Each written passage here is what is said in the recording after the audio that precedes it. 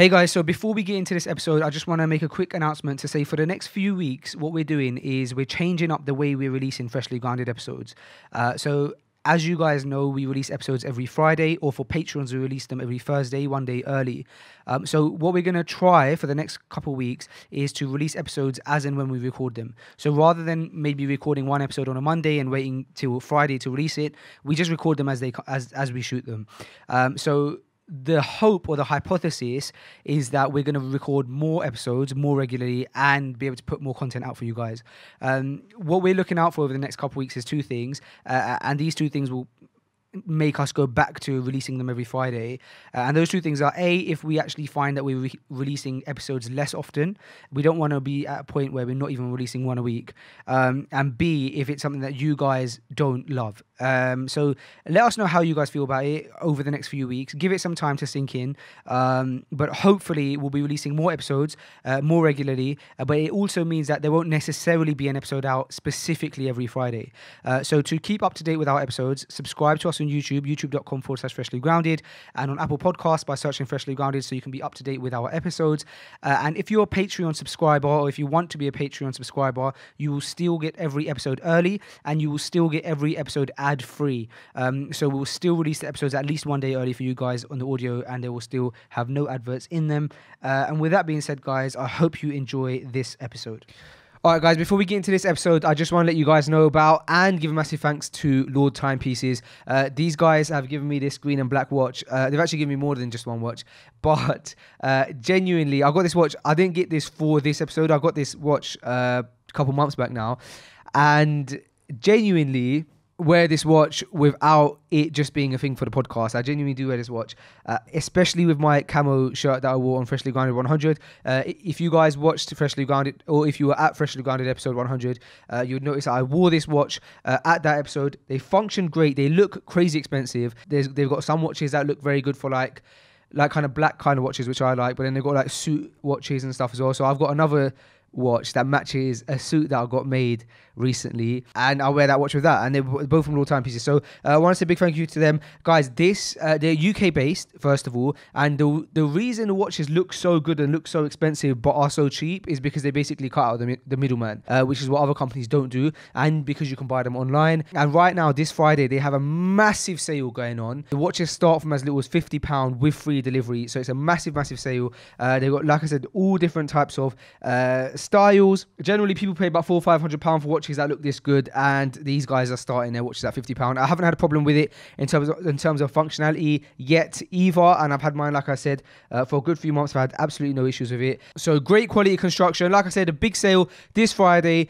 Just head over to lordtimepieces.com/freshly grounded to get your watch. That's lordtimepieces.com/freshly grounded. The link will be in the bio. Great quality construction, great watches, look great, and like I said, it's the watch that I wear most frequently, and that is not a lie. lordtimepieces.com/freshly grounded. This episode, I keep losing my mic. This episode is with Mr Halal Money. Mr Halal Money is someone that I'd heard of in the past. Someone recommended that we should have him on the podcast, and alhamdulillah, by chance, or alhamdulillah, by qadr, as you guys know, alhamdulillah, I had my child recently, and so we shot a few episodes in advance, and so this is one of the ones that we shot in advance. And so the Mufti Munir one is another one. So the episode with Mohammed that we've done just now with Mr Halal Money is a very interesting one, because here's a guy who basically set himself a goal to make $1 million, I think within a year. And the reasoning behind that was so that he could study Islamic studies full-time, and so he could support his family. And he'd done that through stuff like Amazon FBA and selling online courses, and so he talks about his journey, why he wanted to do it, how he wanted to do it. He talks about all of these different dropshipping and all these different methods of making money, his motivations behind it. It's a very, very interesting episode, one that I wish that perhaps we could have spent longer on, but due to the fact that we shot it, I don't know, really late at night, after we shot 2 episodes in a row, and so we only had about an hour to shoot this episode. So yes, we could have probably gone into it in a lot more depth, but it's a very, very insightful episode, a very, very amazing brother, and an episode that I think that you guys will have a lot of fun enjoying and listening to. Without any further ado, guys, this is episode something with Muhammad Andalusi, Mr Halal Money. And welcome to Freshly Grounded, the brand new podcast by best friends Faizu and Sam. Huh? I said welcome to Freshly Grounded, No, after that bit. the brand new podcast And after that bit? by best friends Faizu and Sam. Really? Okay, Bismillah. We're in. We're in. Freshly grounded. Mr Halal Money. You already Alhamdulillah. know. How are we doing? I'm good, man. I'm excited of being here. You got a very beaming smile. I'm sure we told you before. Alhamdulillah. Alhamdulillah. Sheikh told me. Yeah. Alhamdulillah. Okay, so let's talk about Mr Halal Money. Nah. I was told by a brother a few months back, maybe a year ago, and he said that you need to get Mr Halal Money on your podcast. Subhanallah. And that's the first time I had heard about this brand that you're pushing, Mr Halal Money. So I know that you have other projects as well. Yeah. So we'll talk about all of them. But let's talk about Mr Halal Money. Where did it start from? Why did it start? And what was your response to it? Nah, subhanallah. I get always excited, man. And sometimes I ask Allah to give me sincerity and, ikhlas when I talk about it, because I don't talk about it in a perspective as in, like, I like to talk about myself, like some of the Salaf used to say, "A'udhu bi kalimati ana." I seek refuge in the word of me, always talking about me. But I like to talk about it because I feel like I'm part of a really small percentage. And what I'm trying to say is that basically, let's talk about Mr Halal Money. How did this nickname came, right?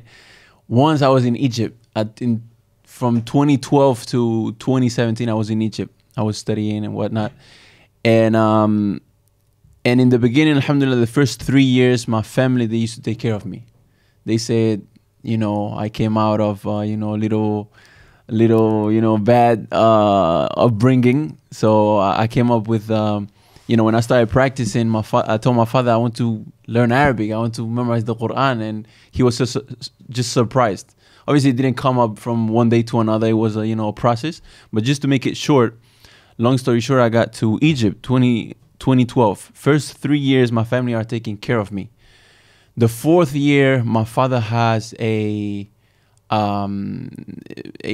heart attack, you can call it. He was in coma for like 8 days.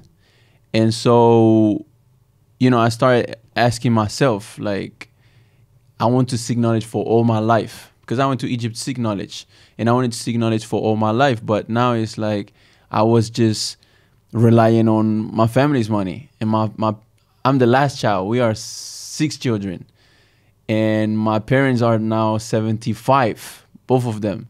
So I'm thinking, this is not gonna last forever, but I want to seek knowledge forever. So I had to start thinking, and I had a child already at that time.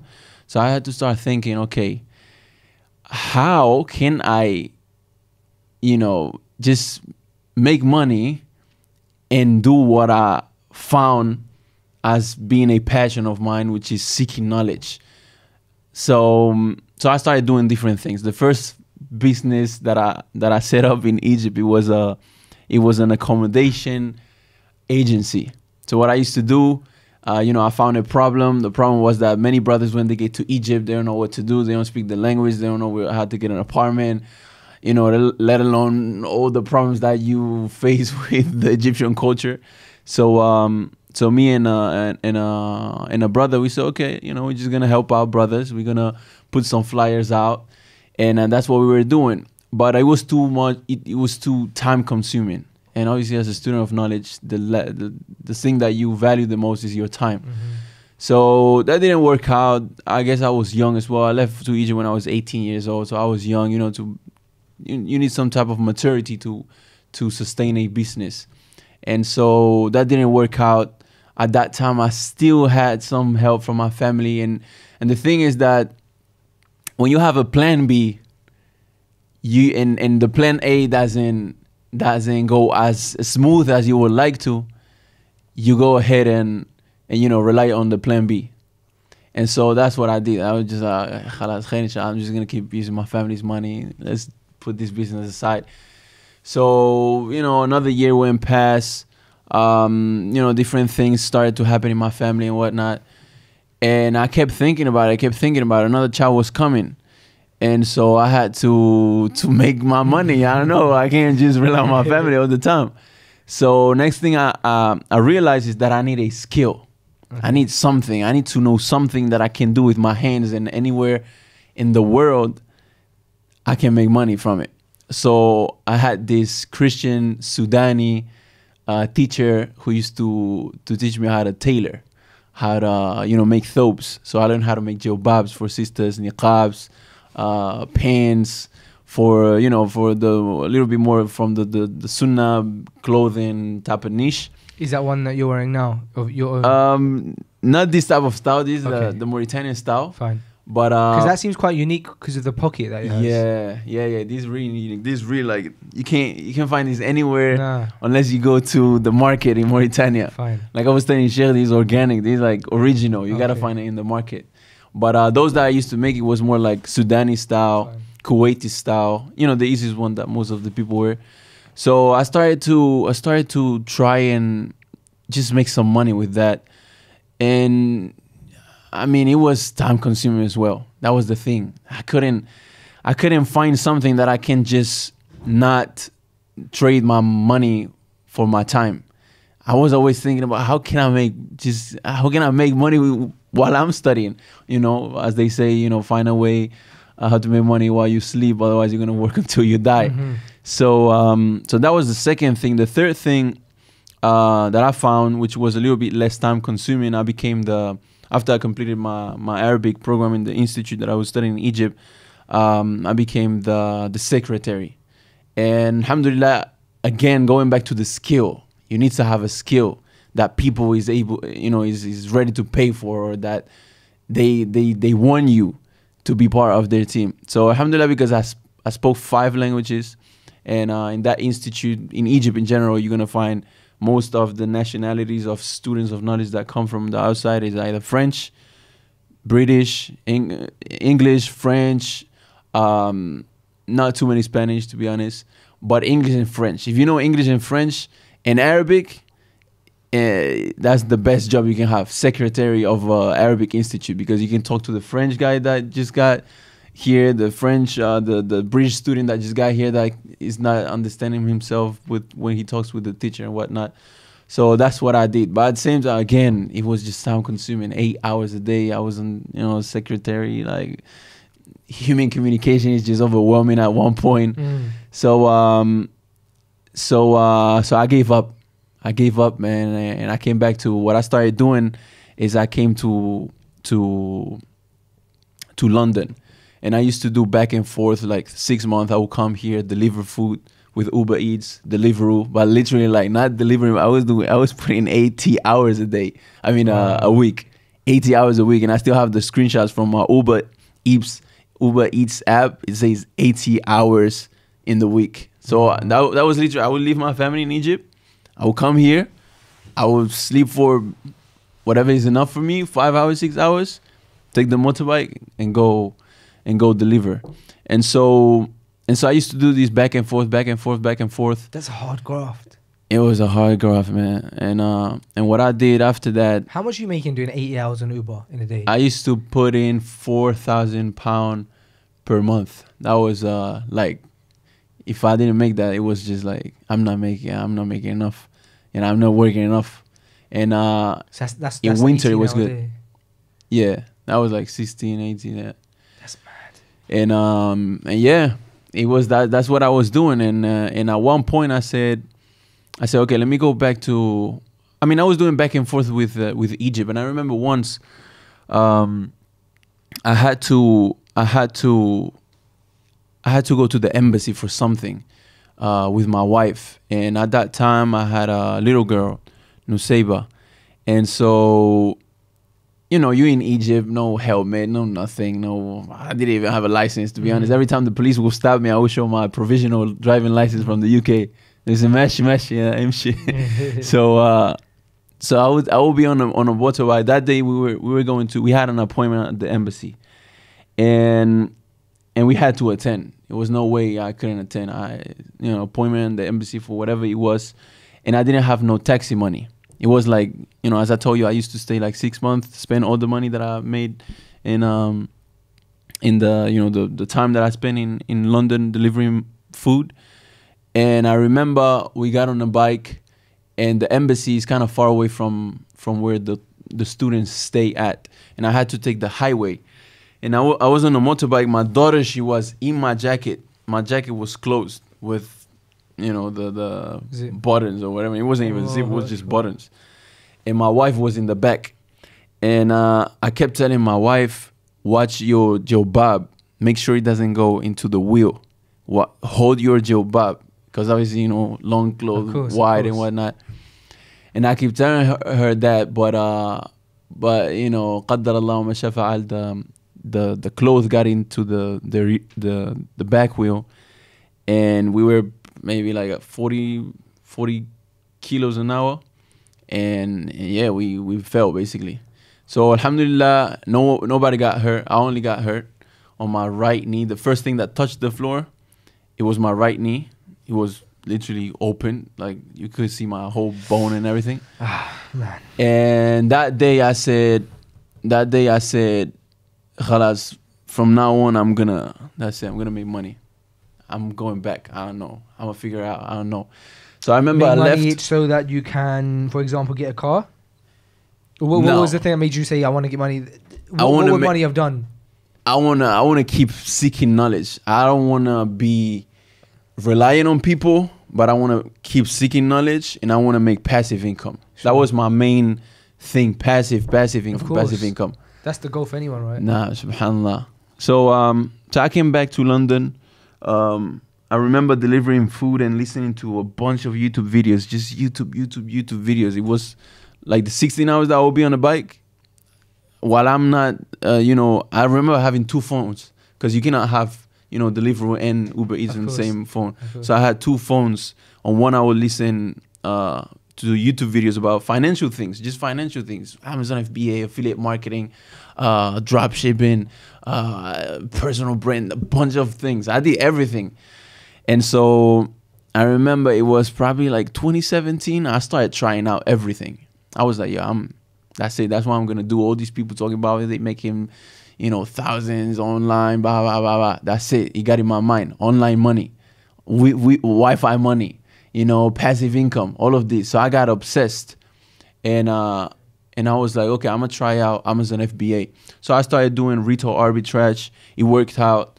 I was bringing some profit, but I was like, this is not scalable. I can't be going to Argos, finding cheap products and then putting them on Amazon, trying to get a profit. Who's gonna do it when I'm in Egypt?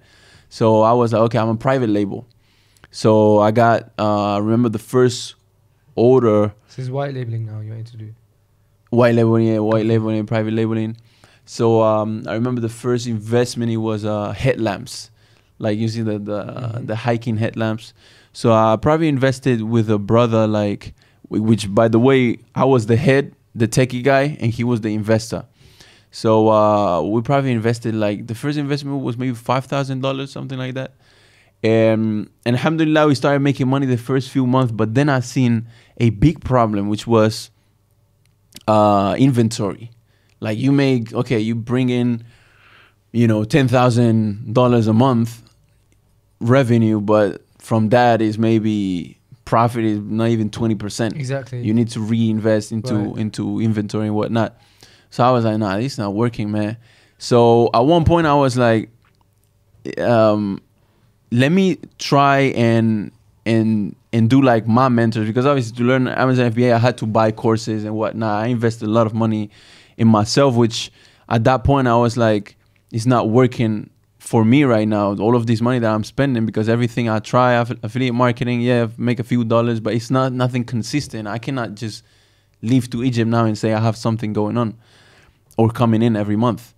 So with Amazon FBA, we just stopped. And then I was like, you know what, I'm gonna do like my mentor does, because my mentor, he will keep it real with me. He says I make more money selling or teaching you how to sell on Amazon than actually selling myself. So I was like, subhanAllah, I mean, at the same time, I'm not going to lie, students of knowledge, they need to know this as well. So I said, okay, I'm going to build my online program on how to sell on Amazon. So I built my online program on how to sell on Amazon. And this year, I think it was 2018, I made my first $50,000 online teaching people how to sell on Amazon. And yeah, I only made money from Amazon like for a few months. And I know it definitely works. So I can teach you how to do it.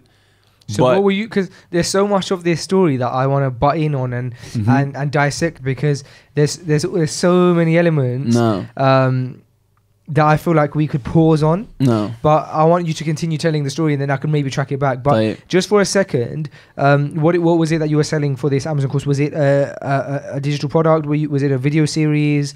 What was it that you were selling, online course? Yeah, it was an info product. Basically, I show you step by step. I remember the first version, it was Amazon Passive Income Masters. And this was on like a service, like a teaching service? Yeah, online? On teachable.com. So I used to use that, simple guide. How much were you charging for? It was low ticket in the beginning. I remember in the beginning, I was charging the first price. I think it was £250. That was the course, the whole course with my mentorship and everything. And yeah, that's what I was doing. Made $50,000 first year. And I was like, info product. That's the thing. Info product got in my head. That's it. That's what I need to do. So from selling that, I started, to be honest, the first few versions of anything really in life, they are not too good.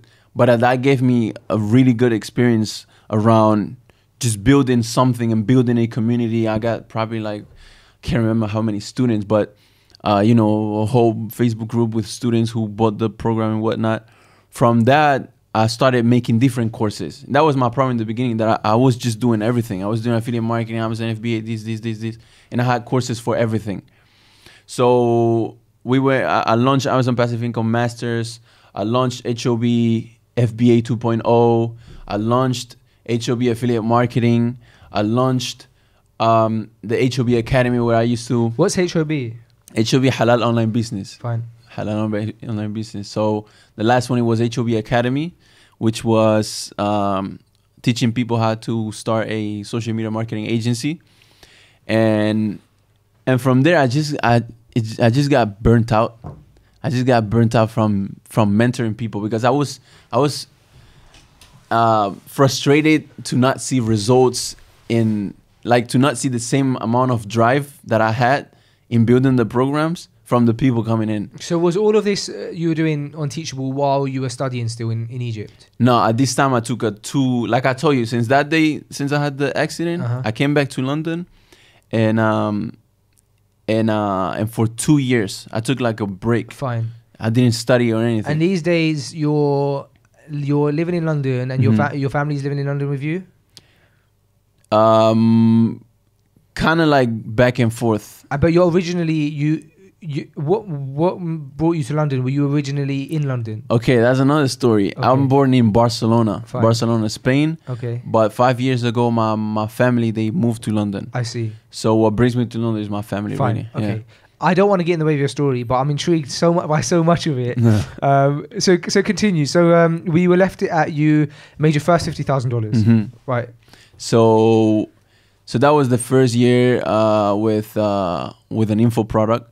I realized it was kind of like a test, to be honest, that year. And from there, I remember at this time I was with my family. And, I had 2 children at this time. I can't focus. I just can't focus. Wife requires time, children requires time. So I made the decision on 2018. Okay, so we were talking about 2017. 2018, I made the decision. I told my wife, listen, go back to your family. Give me a few months. I'm gonna become a millionaire, but give me a few months. I need time. I need time on myself. I need to work on my mindset. I need to work on myself. I need to become better. I need to just get rid of bad habits, because I realized that 80% of your success in business, it comes from mindset and actually becoming a better person, literally, like internally, from the outside, how you behave, how you treat yourself. So so I was like, I need time by myself. I went to Spain, back to my hometown, where I went back to my grandmother's house where there's nobody. So I know I can be there. You know, I had no money at this time. I mean, I'm still making money from the courses and whatnot, but I just got tired. I got burnt out, as I said. So I was like, I just want to build one thing so I can go back to study, because this whole time. Fine. So your drive in all of this, like even your drive to become a millionaire, is the reasoning for it all is so that you can study without needing to earn money. So rely on anyone. Right. And when you say study, you're studying Arabic language. Yeah. When it comes to studying, just get to the marhalatul ijtihad. Like get to where you are just able to give fatwa. I understand. Simple English. Okay, that's a very lofty goal. Okay. So that's my drive. So I was in Spain. This was like it changed my life. This year by myself, with like, this was an achievement for me as a young as African Spanish with my Jahiliyyah times. This was a big achievement. A whole year by myself in a room without my wife, without, you know, the other gender contact. A whole year by myself, just working on myself, reading books. I read 12 books that year that changed my life. I just affirmations, just, you know, looking at my goals, looking at my reading, literally creating my future, like becoming a different person, becoming the person I want to be, acting like the person I want to become. Like literally, these are whole, when I talk about it, sometimes mainly with Muslim brothers, I feel like they're not going to understand it. They're going to be like, no, this guy, man, he's on some Sufi stuff or something, you know? So but, what were some of the books that you were reading? Okay, you want to know the books? Like, first one, Rich Dad, Poor Dad. Fine, Robert Kiyosaki. Second book by Napoleon Hill. What's the name of the book? Are you reading these, or are you audiobooks, or what? This was some of them reading, some of them audiobook. Okay. What's the by Napoleon Hill, man? Andrew Carnegie. It was it? Oh, Think and Grow Rich. Think and Grow Rich. Okay. I think I have that book, but I haven't read it. .com Secrets, Expert Secrets, The Power of Habit. Fine. 7 Habits of Highly Effective People. Yeah. It sounds like you Googled what are like the most, the like top 10 books. No. You just got every single one. No, remember, this time I have mentors. Did you read The Power of, the 40 Laws of Power? No. That's a bit of a dodgy one, to be fair. What about Atomic Habits? No. That sounds like you read a lot about habits. Okay. To be honest, the one that was the more like kind of like after this khalas, you know, I know what to do. It was Expert Secrets. Okay. I haven't read that book. Expert Secrets. And yeah, a few others. Psycho-cybernetics. Okay. Psycho-cybernetics. Fine. So you're in your grandma's house, you're in Spain, 12 books a year. You're trying to become a better person, mindset. You still got this goal of reaching $1 million. I'm really intrigued to hear the end of the story, to see if you'd got there yet. But let's carry on with the story. No. Because then what I'm going to do is I'm going to go all the way back. I'm just going to dissect each part of the story. I have so many questions. Fine. So right, 12 books a year. No. So that was the whole year in Barcelona. Fine. I was literally, but like I'm just going to summarize it. Okay. But that whole year by myself, I'm telling you, if you knew me before, you would say, yeah, that was your biggest year. That was your biggest, like, it changed your life. But yeah, I was by myself in Spain. And after this, I remember one day I was crying. I was like, I miss my family. I miss my children. I don't have no money to bring them at this point. All the money that's coming is paying bills, going back to, you know, responsibilities and things. So I'm not making no real profit. So at this point I was thinking, you know, I bought a course. I remember, oh yeah, I was in debt as well from the Amazon investment. I was in $9,000 debt. That's why I didn't have no money as well. And I invested with another brother into a program that changed my life as well. $6,000 program. So I'm just getting money, getting it out of my pocket. I'm getting it out of my pocket. Either responsibilities or either trying to grow myself. Long story short, at the end of the year, I got burnt out of the whole marketing, digital marketing, how to make money space. That's why I got tired of the Mr Halal Money image kind of thing. And yeah, I just got burnt out, and I was like, as I told you, Expert Secrets, it teaches you basically how to monetize your skill. And I knew I always had a skill, which was the Arabic language that I got from Egypt. So I was like, this new mentor that I had, he had a really specific type of methodology, which is just focus to one single thing and make that thing the best thing you did in your life, and get obsessed with that thing and really, truly, genuinely try and help the people who are buying from you. So I wanted to, as I told you in the beginning, I'm just doing all of this to seek knowledge, right? So I'm trying to link that. I don't want to be talking about marketing every day and how to influence people and how to make people give you money and whatnot, and then go ahead and read Sahih al-Bukhari. It's just, my head is just, it needs to focus on one thing. So Arabic is always been a part of my head. So I was like, okay, I'm just gonna make one program, one real good program, and I'm gonna make a high ticket program. Obviously, premium content, premium price, and that's why I came with Andalusi Institute in the beginning of 2019. Fine, and that's the Arabic course that you do. Yeah, and that's online on Teachable. That's online. Still? Yeah. No, that's on Kajabi. Fine. Yeah. And do you have to keep updating that, or do you update that, or did you kind of film it all at once and then? We still completing it. It's just gonna be for the next 10 years. Every year I'm going to remake it better and better and better and better. So who's we? Me and my team, really. Fine. Yeah. Okay. So you're still working towards that $1 million goal? I'm still. We just crossed 6 figures last month. Congratulations. Yeah. Okay. Loads of questions. First of all, I remember now why I remember the conversation that I had with that person who said you should get Mr Halal Money on your podcast, and I remember looking at your Instagram, and it was are we still good with the camera? Because I can't remember. I remember.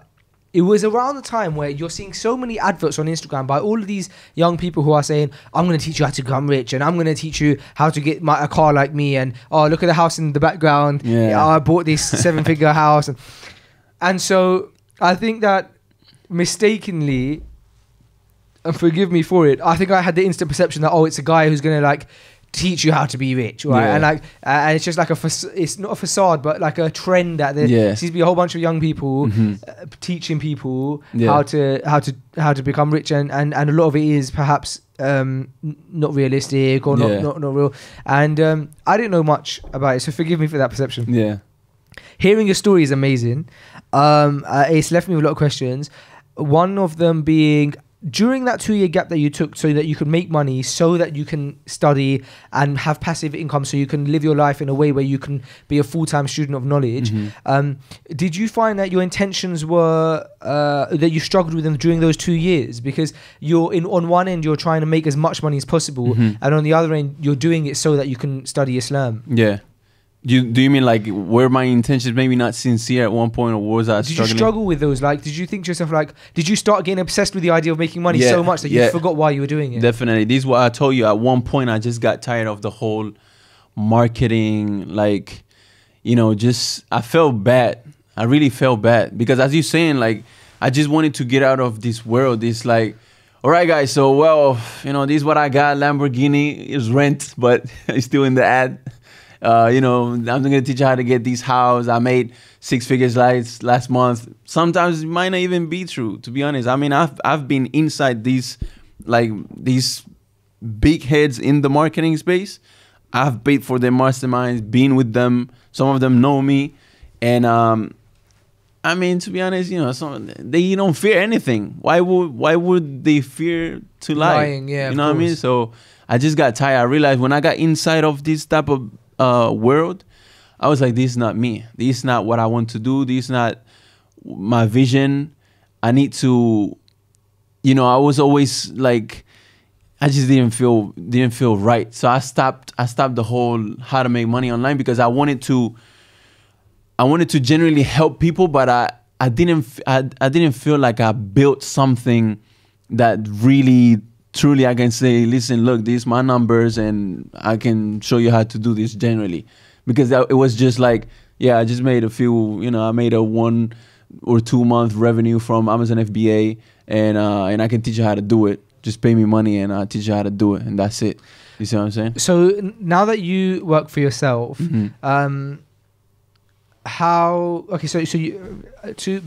you now work for yourself and you're studying now. You finish your studies.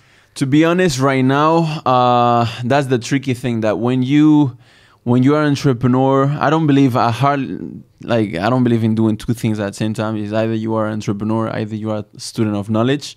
You can do both, but I don't believe in mastering one thing if you do both. So the thing is that right now, I just came 2 days ago. We live in Mauritania right now with my family. We studying, alhamdulillah, I don't call this studying. I'm just revising the 15 juz that I memorized when I was in Egypt. To be honest, it just feels like a new memorization right now. And like I told you, these past 2 years of ups and downs and this and that and digital marketing, I wasn't doing anything related to my talib al-ilm. I was literally just stuck to my fara'id. This is why at one point I told you I was just crying, because I was like, mainly when you come, like when you learn the Arabic, you memorize 15 juz of the Quran, you have all of this Quran in your head. And right now it's just money every day, money. You just get tired at one point. So I wasn't doing anything. And right now, since I launched, like I told you, in 2019, we launched AndalusiInstitute.com, and it's been going super well, mashallah. May Allah put the barakah in it. Ameen. And I think it was once I renewed my intentions and I went back to my initial vision. And I remember a brother as well, he called me and I spoke to this brother when I got kicked out. I actually got kicked out from Egypt. That's another story. But anyways, I got kicked out from Egypt and I told this brother, the only thing I need is $1,000 from my laptop, made from my laptop, to continue my studies. So I told him this, and then another month, probably a year later, he called me back, and I told him how much money I was making, and he reminded me, okay, that's good, but you remember when you told me you only needed $1,000 a month to keep continuing your studies? So what are you doing right now? Why are you still there? Why you keep pushing it? You know what I mean? So these type of things is what made me start thinking, and I just realized that that was what I really wanted to do. And why not, teach what I already know from the Arabic language, which makes me better, subhanallah, in the Arabic language, which helps me in my original goal, which is seeking knowledge. It sounds like you learned a lesson that a lot of people talk about, and there's a saying that I really, really love, and it says, everybody knows that money doesn't buy happiness, but everyone wants to find out for themselves. Yeah. And it sounds like you went through that. You went through, understanding that money doesn't buy happiness, but you went into it with such a clean intention, and then you kind of got lost along the way, and now you've, alhamdulillah, managed to pick yourself back up. What would you say to someone who's listening to this and they like you in that phase? They just right now they're thinking to themselves, money. I need to make as much money as possible because I need to do X, Y, and Z, and then I'll think about how I want to progress with my spiritual life. Is that a good tactic? No, it's definitely not, man. I thank Allah that I went through 5 years of being in Egypt, which made me a man, I would say. Learned Arabic. If it wasn't because of my Arabic, that whole year that I was in Spain that I told you by myself, if I didn't have knowledge, the knowledge that I had, if I didn't have it, I probably wouldn't be here wearing a thobe today with a beard, and so Allah made it happen in a way which was really, like, I'm just so amazed. And actually I'm gonna announce it here today, because once I made my niyyah khalisa, like sincere, and we launched Andalusi Institute, and 6 months later, 6 figures, and after Hajj, I received a letter. I've been waiting for 6 years. After Hajj, I received a letter. You got accepted in Jamiat Al-Qasim in Saudi. Subhanallah. 6 years I have been waiting for it. I went to Medina, I did the muqabala, I did the interview. You know, they say abshir, waiting for 6 whole years until I was like, I'm just gonna make money, I'm just gonna make money. Bad intentions, renew my intentions, everything went up high. So so what I would say to a person who's trying to do this is, if it wasn't because of what I learned for the 5 years in Egypt and the hardship of entrepreneurship, the ups and downs, I probably wouldn't have, you know, been where I am right now. So I would say focus on being grounded first in your deen, man. You really need to have a why you want to make this money. You can't just make the money. It's not gonna be, because if you, it's like the example that I always give to even to my students in the Arabic program is that you need a goal. You need a goal on where you're going. It's like the example of you taking someone, you putting him in the middle of the desert without a map or anything, and you just leave him there. He's just gonna feel lost, you know, looking around for 1 year, 2 years, trying to figure out what's going on. But if you put someone in the middle of the desert with a map, instructions, this is what you need to do, go north, you're gonna find these there, he's gonna feel more calm. He's gonna feel like he already knows what he's doing. But if you just making money for the sake of making money, you're just gonna work for the money, and you're probably not gonna make the money, and you're gonna find the struggles of entrepreneurship, because you gotta find them. I've been in them since I started the sewing and things in Egypt, and alhamdulillah it paid off. But yeah, you can't just make the money for the sake of making money without purpose. It also sounds like, because you know, when someone is maybe reading the title of this video or thinking this episode is with Mr Halal Money, it sounds like it's how to make money fast. But it also, that's not the case, because you can tell that you put in a lot of graft. The fact that you're doing 18-hour shifts on Uber Eats, the fact that you and Deliveroo, and the fact that you had to take a year away from your family so you could focus on that money, I think it shows a lot about the commitment that someone has to put into anything when they start. And so I think credit to you for putting that graft in as well. Just listen to your story kind of sheds a lot of light to me on the value of your why, the value of your intentions over dunya stuff like money, and also the fact that you grafted for that long and you didn't find that contentment, and then you rectified your intentions, and then instantly you were able to achieve something that did give you that contentment. Shows me that you can graft for something all you want, but if you are not seeking the pleasure of the one who is in control of all of it, subhanallah, then you may never get that contentment. Yeah, definitely. Let's talk a bit about the Arabic, because you, as you mentioned, there's 5 languages that you can speak. Now I understand why the Sheikh was saying that you're the lugha man. What are these 5 languages? So we've got English, Spanish, French, Arabic. So the first one, the mother's tongue is Catalan. Fine. Which is what we're speaking Catalonia. Then Catalonia is inside of Spain, so you gotta learn Spanish. So that's my second, I would say, father tongue, if you want. Then so you got your mother tongue and your father tongue. Yeah. Then I got French. Okay. My father's Senegalese. Fine. Second language in Senegal. Then I've learned English, and then I've learned Arabic. Okay, alhamdulillah. Yeah. And what was the hardest one to learn? I can't say Arabic, man, because Allah made it easy. Yeah, I will say English, just because it wasn't unintentionally. It just took years, just because I didn't attack it. Fine. You know, I didn't learn it. It just came. Okay, so let's talk about Arabic. Mainly because I'm the most intrigued by it, because it's the language that I'm studying right now and have been for just under 2 years. I struggle with it because I feel like I don't speak enough to people in the Arabic language. Yeah. And I find that times when I do, and I've put my embarrassment to the side because of the amount of mistakes I make. Gotta do, yeah. I learn so much so quickly. So how important is it to have conversation? What's the best way of learning Arabic? for those listening who are trying to study it. Yeah, they're the two questions that I have for you right now. So that's my thing right now, because as you know, we got Andalusi.com, Arabic like an Arab. I'm trying to make it, actually we making it the best online platform to learn the Arabic language, period. Fine.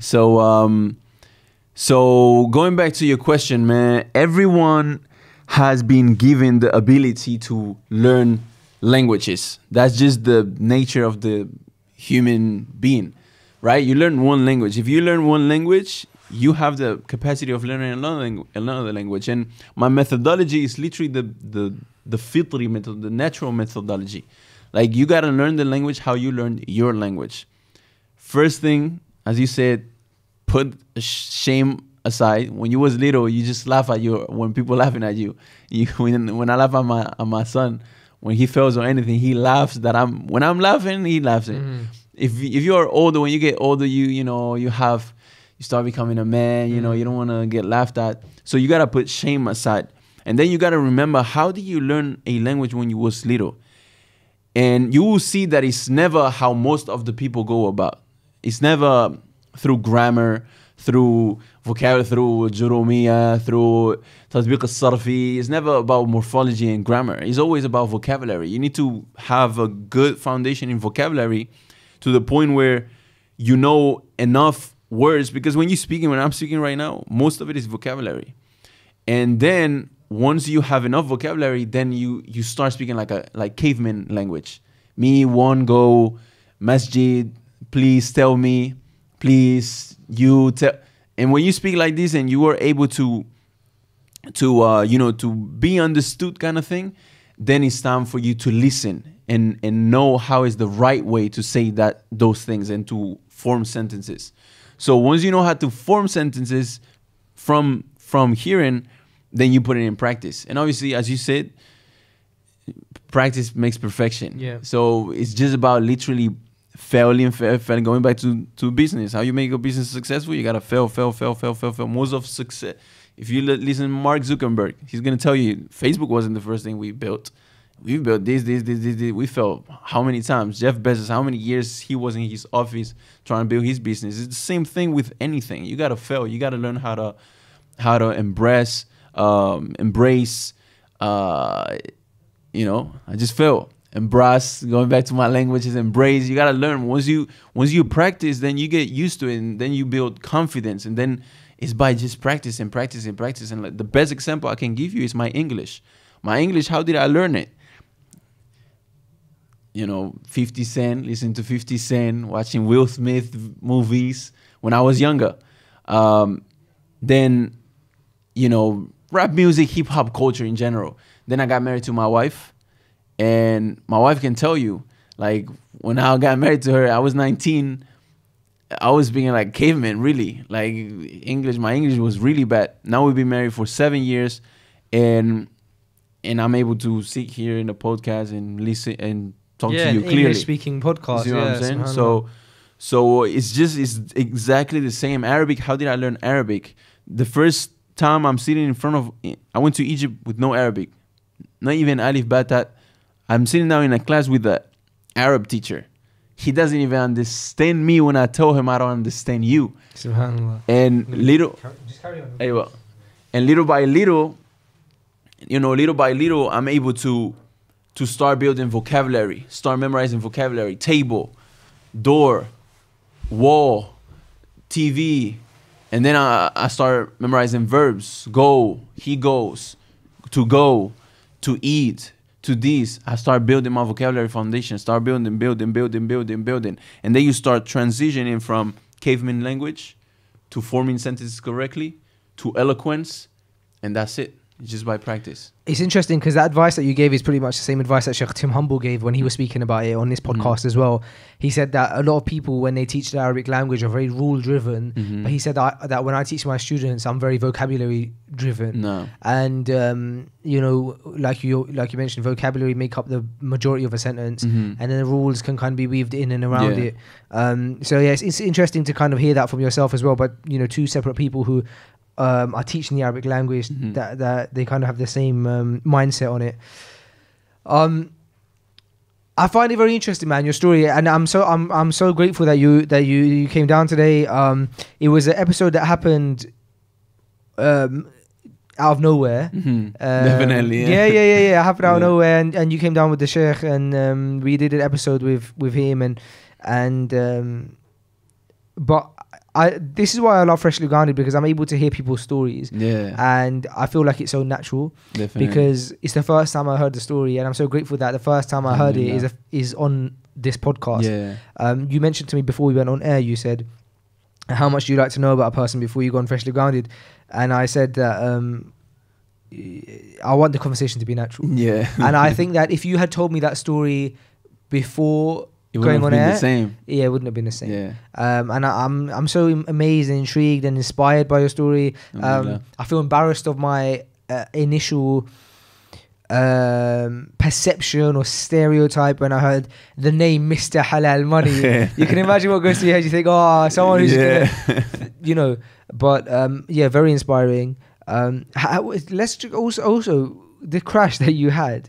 I'm intrigued as a father. What was your initial thought when you had that crash? Like, Nusayba, is she okay? Yeah. Is that what went through your mind? Yeah, actually, the reason why my right knee touched the floor the first is because, as I told you, she was in my jacket. So I tried to turn around and follow my back, so that she was protected. So I was going so fast that I didn't even get the time to turn around, that my knee already hit the floor. So alhamdulillah, she didn't get hit. She fell on me. But, obviously the shot, I mean, she probably don't even remember now. But how old is she now? She's 6 now. Yeah. May Allah bless her. I mean. So, yeah, man. What an amazing story, man. Jazakallah khair. Yeah. So your focus now is solely on making Andalusi Institute the best institute online. Yeah. And kind of then like maintaining your studies throughout it, and then eventually you want to be able to kind of transition over. Yeah, bring the dawah to Spain. That's the last goal. I have a friend, Kareem, who is a part of the Freshly Grounded team, who has been on the podcast as well twice. He's Spanish, and he says that he really, wants the da'wah in Spain to be a lot more prominent, because he loves coming over to the UK and spending time with the brothers. And he says to us, you guys don't realize how good you have it in the UK or in London, because in Spain it's a real struggle. You don't get the brotherhood like you have here, or the masajid and stuff like that. So definitely, I think that's a great goal, to be able to bring the da'wah to Spain. And so I pray that Allah makes that easy for you as well. Ameen. What's the biggest lesson that you've learned from your story? I know you're transitioning from Mr Halal Money to the Arabic school now, but what's the biggest takeaway that you can give to somebody listening right now, knowing that in this day and age we are all kind of driven financially, for the most part? What would your kind of takeaway points be to those people in terms of financial? Yeah.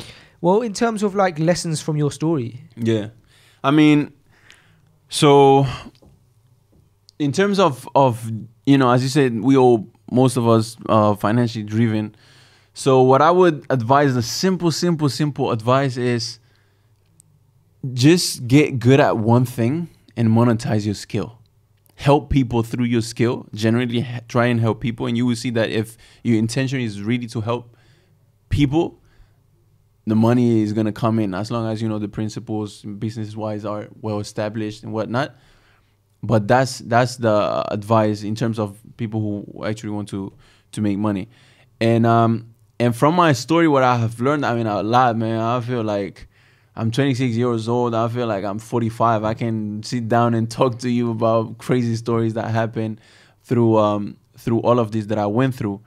But what I would take from life, it's just that sometimes you don't need to work hard. You just need to see. Sometimes you're so close from the picture that you don't see the picture. Like, you need to get back and look at the picture, meaning your vision. What is it? Are you actually doing today what's bringing you closer every single day towards your vision, or are you just you just, you know, living, surviving, doing whatever you're doing. And that's why one of the reasons why I told you while I was in Spain that whole year, what really helped me is start, what my mentor told, my financial mentor, he told me to start writing down my goals, my life vision. And he gave me a really good advice, which is write down your Wikipedia page as if you were dead now. How would you like people to remind you? Who do you want to become? Who do you want to be? And read that every single morning, so you don't forget your goal, your vision. Wow, and you that's know, powerful. that remind me that insan, the word insan in Arabic, which means normal person, it has the same 3 root letters as nasiya, which means to forget. So the human being forgets, literally. So this is what I'm saying, like, from what I've learned from this is that sometimes you're so close from the picture that if you don't have in place actual systems like this, like reading your vision every single day, you're just going to forget it. And you're just going to jump from one thing to another. And now I'm doing this and then I'm doing that. And now I'm going to start this business idea. And it's all based on motivation, no discipline. And this is part of discipline, setting systems like this. So when everything is based on motivation, it's not reliable. It's like Iman. It goes up, it goes down. You got to be disciplined if you actually want to achieve something in life, like something, your vision, whatever you want to achieve, that you want to make that your legacy, you got to be disciplined for that. And discipline is the only skill that is required for you to master another skill. Yeah, I think you're right in that discipline is important, and that systems are the way to have that discipline. I don't think that's something that we've discussed before, and you brought it up now, and it's something that I've been reading up a lot about recently as well. If you don't have the, like you just mentioned, if you don't have those systems in place, how do you expect to have discipline? Because naturally we are forgetful as people, and you can be motivated at one point to do something, and then you get motivated the next day to do something else. And so if we just rely on those motivations, we're just going to become people who follow our desires or follow our motivations each day, and we never become great at one thing. Definitely. We just become okay at everything. And so systems like forming habits, or systems like creating shortcuts for yourself are very important. And most recently I've been able to I can give a microcosm of a system, or a micro example of a system that I've created that I suppose can be utilized on a macro level if you implement it on anything. And it's even just a system of changing nappies. Because you realize when you have such a small child that changing nappies becomes such an urgent thing when the child is crying so much, right? And so you think, I remember thinking to myself that, you know, with work I try and create systems so I can create shortcuts for myself to minimize the amount of work that needs to be done and maximize the efficiency. And so I've created like a nappy station in my house, and it's ready for when the nappy needs changing, or when baby's crying so much that needs changing. So the nappy, in this nappy station, the nappy mat is out, the changing mat is out, sorry. There's a nappy bag ready, open. There's a fresh nappy ready, and then there's the wipes, right? And so that system, or that station is always ready. And when I finish using it, I set it up for next time, so that we can, at the time when nappy needs changing, we can minimize the amount of crying. We can maximize, because the crying pisses me. Minimizing the crying isn't for the baby, because I think it's like they say it's good for a baby to cry a bit, right? But the minimizing the crying is for me, so that I can't stand seeing my baby cry. So and then even once that system is in place, once like the nappy changing starts, I even on an even more detailed level, I then take out the basic amount of wipes that I know that we need for every nappy change, and then the rest I will take out kind of if needed. Point being is that this little example of creating a system allows me to maximize efficiency on that. And because otherwise, like you said, we're forgetful. I will be changing nappies wherever I want to, and then mistakes happen. He'll be on the sofa, or or like, you know, I'll start panicking. But because I've got that system in place, I now don't have to ever worry about nappy changing, right? For the most part, obviously you can't predict everything, but what you're saying is so inspiring and so important, that if for everything in life you have a system, you start you start not requiring your brain, and your brain is what can let you down because you're so forgetful. If you just have habits for everything, everything becomes second nature. Definitely. And I suppose that's what stops us from. It's really important what you just said, because I literally right now what I've learned from this as well is to systemize all my life, like literally the whole life. Yeah. This is what I have right here. This ring right here.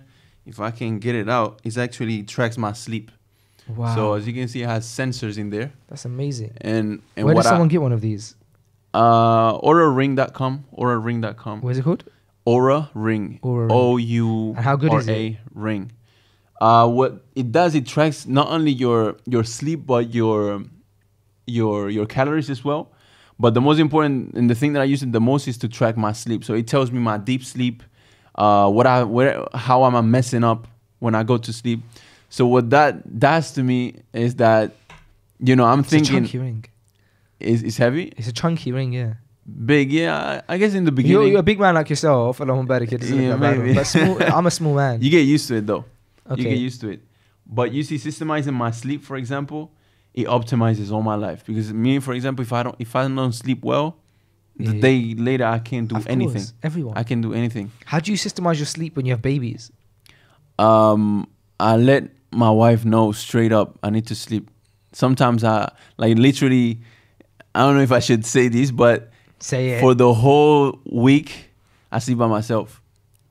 I sleep by myself the whole week. Right now, I'm not gonna lie, we setting up new systems because my wife doesn't like that. Okay.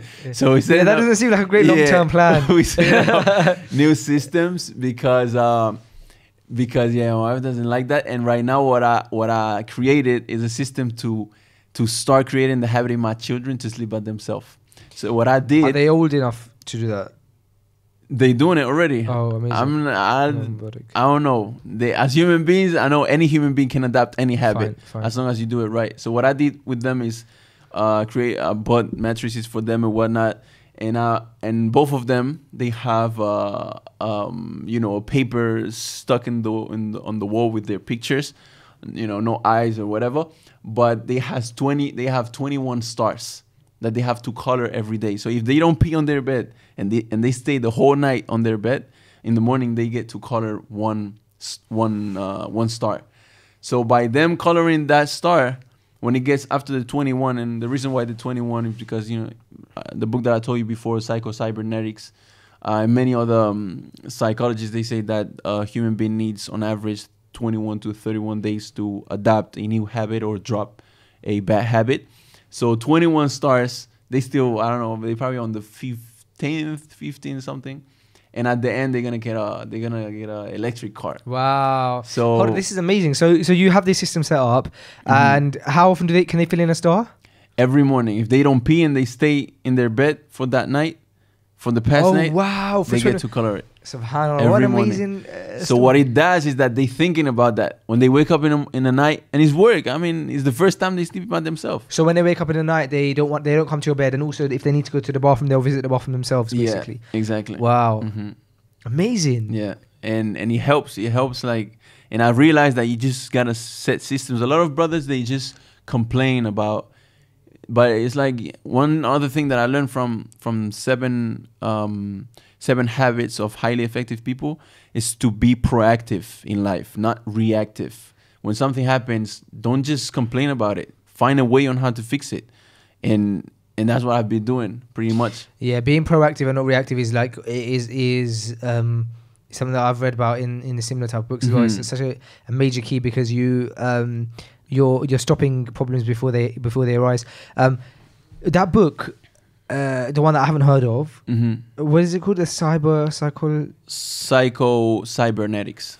Okay, I haven't got my phone on me, but I want to remember that. After the podcast, remind me. I'm going to order that. Psycho-Cybernetics. Psycho-Cybernetics. Yeah. And what is that about? It's basically a let me see if I get this word right. A surgeon. Never heard of it.